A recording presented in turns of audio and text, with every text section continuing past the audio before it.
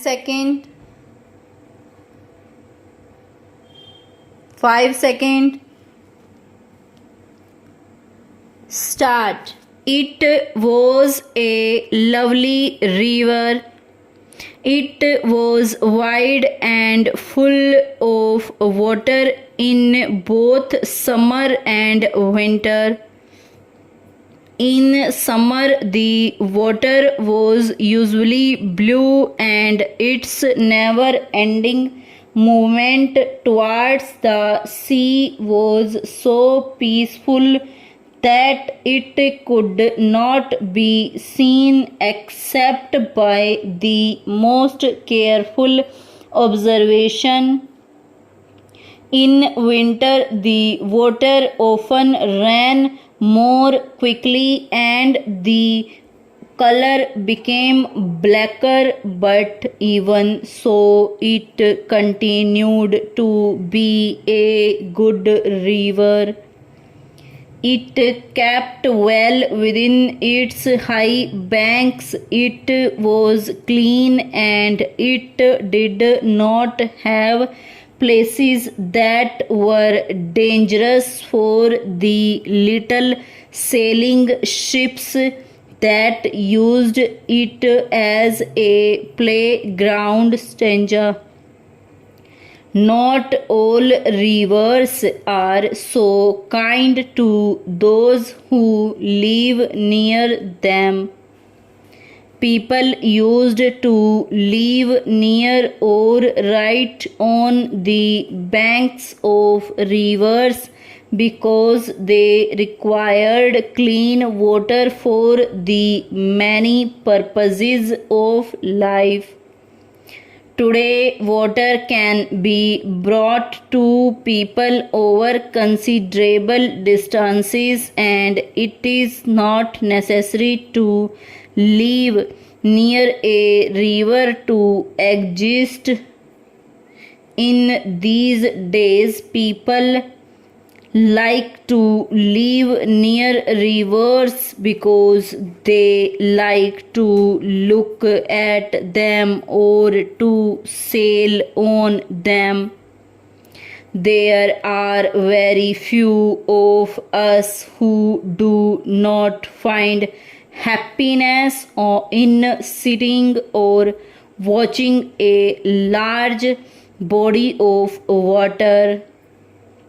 Houses that have good views of a river or of the sea or of any other mass of water can usually be sold at a high price. There is always a demand for houses in such pleasing situations. Stanza.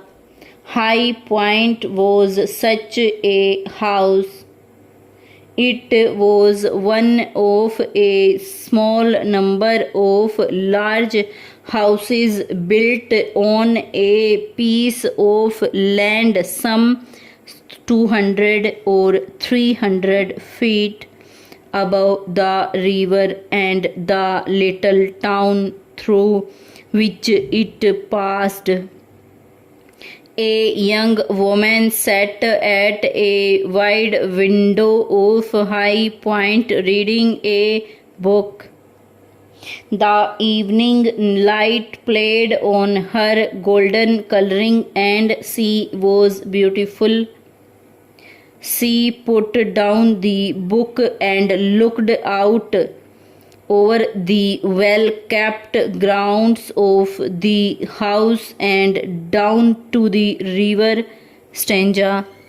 How lovely and peaceful it is here, she thought.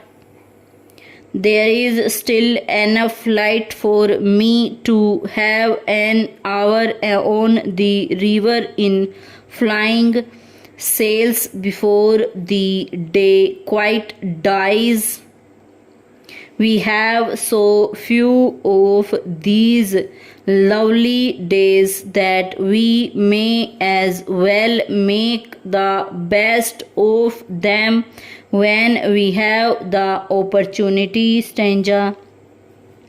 Perhaps she did not use just those words, but her thoughts were along those lines as she got up and moved away from the window and towards the open door. Stanza.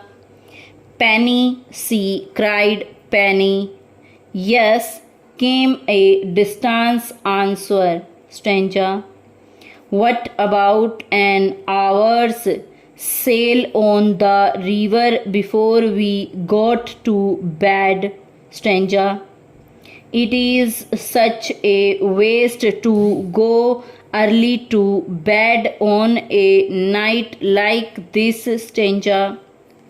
As she was speaking, she had run up to her friend's bedroom.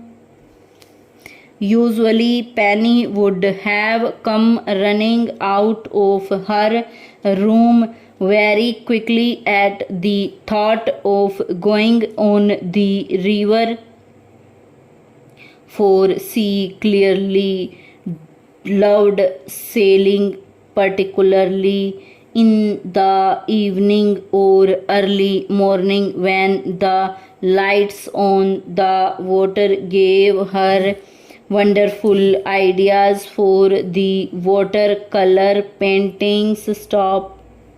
Young as she was quite an expert in this art. She loved to spend a week or two at High Point, not only because she liked the company of her golden friend, whom she thought was the most beautiful girl she had ever seen, but also because there were wonderful views from the house on all sides. To the south there were the grounds falling away to the river. From the north were miles and miles of English countryside at its best. To east and west were large houses in beautiful grounds, which, with little changes here and there, made good subject for her pictures. Yes, she liked spending time at High Point with the Weeks family. That evening, however, Penny did not come running from the room. She sat at the table looking with no pleasure at all at one of her paintings. Stanza.